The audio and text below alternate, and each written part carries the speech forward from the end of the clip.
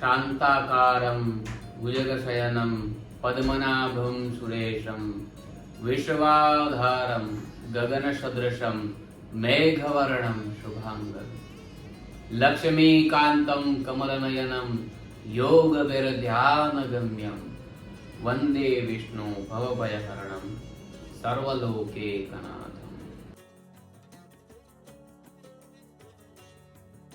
अभी पुराणों में ऐसा कहा जाता है कि एक दिन सनकादिक मुनि भगवान विष्णु के दर्शन करने के लिए विष्णु लोक गए।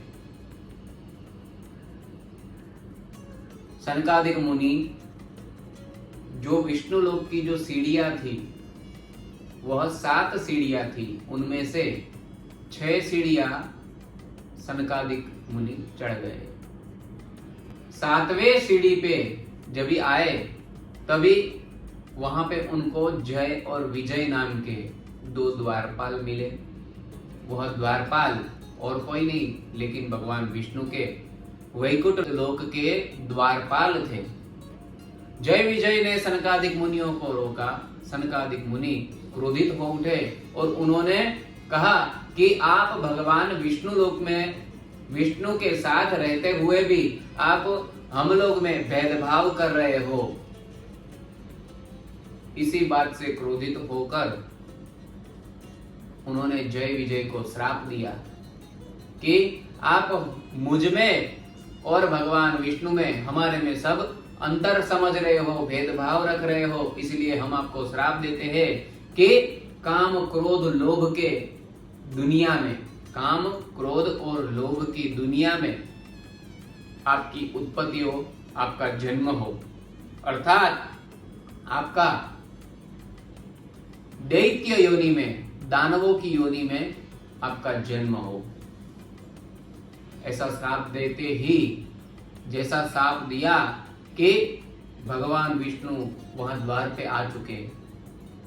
भगवान विष्णु ने यह सुना।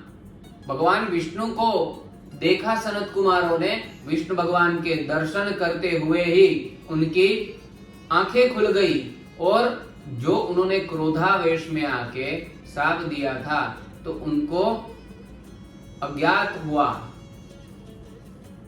उनको यह ज्ञात हुआ कि हमने क्या कर दिया। एक ब्राह्मण होके हमने द्वारपालों को श्राप दे दिया। तभी उन्होंने भगवान विष्णु के पास प्रार्थना की कि हमें ऐसी भूल के लिए शिक्षा पात्र दीजिए, हमें शिक्षा दीजिए। तभी भगवान विष्णु ने जय और विजय के ऊपर अनुग्रह करते हुए श्राप दिया, सनत कुमारों को श्राप दिया कि आप हमारी भक्ति जो करते हो तो वैसे ही कलयुग में भी आप हमारी विद्रोह भाव से भक्ति करके भी आप मोक्ष को प्राप्त होंगे। तभी यह श्राप की वजह से उनका अवतरण कश्यप मुनि की पत्नी के वहां पे हुआ। कश्यप ऋषि के वहां पे उनका अवतरण हुआ। कश्यप मुनि की जो पत्नी थी दीति और अदिति, अदिति से देवलोक उत्पन्न हुए और दीति से असुर लोग उत्पन्न हुए। और वह असुरों के असुर 2 राक्षस थे, हिरण्याक्ष और एक हिरण्यकशिपु। यह महादानव उत्पन्न हुए। बस यही जो श्राप मिला था वे यही थे। अब यह हिरण्याक्ष और हिरण्यकशिपु दोनों ने जन्म लेने के बाद असुरों में उन्होंने तहलका मचा दिया, देवों में भी तहलका मचा दिया, पृथ्वी में आकर उन्होंने तहलका मचा दिया था। सब यह हिरण्याक्ष और हिरण्यकशिपु से कंटाल गए थे, बहुत हैरान परेशान करते थे देवों को, सभी ऋषियों को, सबको परेशान करते थे, कहीं भी रहने नहीं देते थे। ऐसे एक दिन हिरण्याक्ष देवलोक में जाकर भगवान वरुण को ऐसा बोला कि हे वरुण, तेरे यह देवलोक में ऐसा कोई योद्धा नहीं बचा जो मेरे साथ युद्ध कर सके। वरुण देव ने बोला कि तू इतना ही शक्तिशाली है ना, तो जा भगवान विष्णु से युद्ध कर, नारायण से युद्ध कर। हिरण्याक्ष समझ नहीं पाया ये कौन है, यह विष्णु कौन है, किसकी यह बात कर रहे हैं।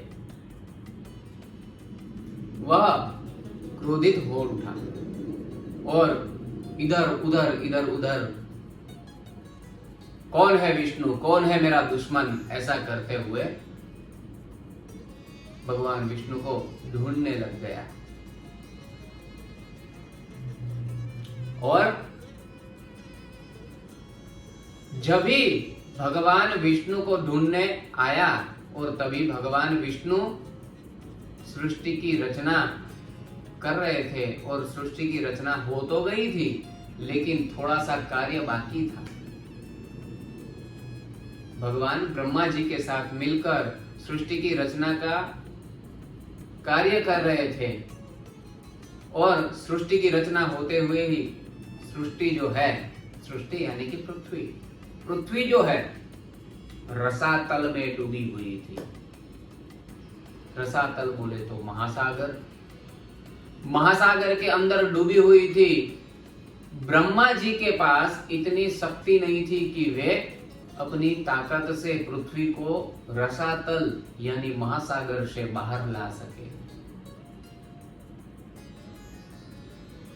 ब्रह्मा जी ने भगवान विष्णु की स्तुति करने लग गए। यदा यदा हि धर्मस्य ग्लानिर्भवति भारत अभ्युत्थानम् अधर्मस्य तदात्मानं सृजाम्यहम् परित्राणाय च साधूनां विनाशाय च दुष्कृतां धर्म संस्थापनार्थाय संभवामि युगे युगे। ऐसा भगवान ब्रह्मा जी ने विष्णु की स्तुति की। जवाब में ब्रह्मा जी को ऐसा फलस्वरूप मिला, उनको कुछ समझ में नहीं आया। थोड़ी देर ब्रह्मा जी ने स्तुति की, तभी एक ऐसा चमत्कार हुआ कि ब्रह्मा जी के नाक से एक छोटा सा प्राणी का बच्चा उत्पन्न हुआ और वह बच्चा कौन था, कौन सा प्राणी था? तो कहते हैं वह था वराह स्वरूप। वराह यानी कि हमारी लौकिक भाषा में बोले जाए तो सुअर बोलते हैं, जिनके जो दांत होते हैं। तो ऐसा सुअर के बच्चे का रूप लेकर वह ब्रह्मा के नाक से प्रकट हुए और उनका आकार सबसे पहले छोटे से अंगुष्ठ के बराबर था। उसके बाद जैसे ही ब्रह्मा जी के नाक से निकले, इतना बड़ा होता गया कि देखते ही देखते वह हाथी जैसा बड़ा और पर्वत जैसा चौड़ा हो गया। और यह सब देखते ही देखते ब्रह्मा जी को समझ में आ गया कि यह जो लीला है वह और कोई नहीं कर सकता, लेकिन वह स्वयं नारायण है। नारायण की लीला है यह सब। ब्रह्मा जी समझ गए। भगवान ने वराह रूप धारण किया। वराह रूप धारण करके रसातल के अंदर चल पड़े। रसातल महासागर के अंदर चल पड़े और महासागर के अंदर जाकर उन्होंने अपने दांतों की नोक से पृथ्वी को रसातल से बाहर लाया। रसातल से बाहर पृथ्वी को लाया। सब देवता भगवान वराह की जय जयकार करने लग गए। बोलिए श्री वराह भगवान की जय। सभी देवताओं ने वराह भगवान की जय जयकार की, लेकिन उतने में ही दुष्ट हिरण्याक्ष यह दैत्य वहां पे आ चुका और वराह भगवान को बोलने लग गया। बोला कि हे सुवर, यहां पे आ, इतना तू शक्तिशाली है कि तूने पृथ्वी को उठा लिया और छोड़ दे यह पृथ्वी को। यह पृथ्वी मेरी है, मैं इस पे राज करूंगा। भगवान वराह कुछ बोले नहीं। नारायण ने यह पृथ्वी को अपने दांतों से नीचे उतार कर वापिस रसातल के पानी में रख दिया। महासागर के पानी के ऊपर ही तैरता हुआ रख दिया और उसके अंदर अपनी आधार शक्ति का संचार किया ताकि वह पृथ्वी पुनः पानी में डूब ना जाए। पृथ्वी को आधार शक्ति देकर वहीं पे महासागर के ऊपर तैरता हुआ रख दिया और हिरण के माफिक दौड़कर भगवान वराह हिरण्याक्ष से युद्ध करने लग गए। हिरण्याक्ष और वराह भगवान युद्ध करने लग गए। थोड़ी देर तो शस्त्र से युद्ध हुआ। उसके बाद भगवान हिरण्याक्ष के ऊपर क्रोधित हो उठे और हिरण्याक्ष के साथ थोड़ी देर खिलवाड़ किया। उसके बाद बस उसका अंत करना चालू कर दिया।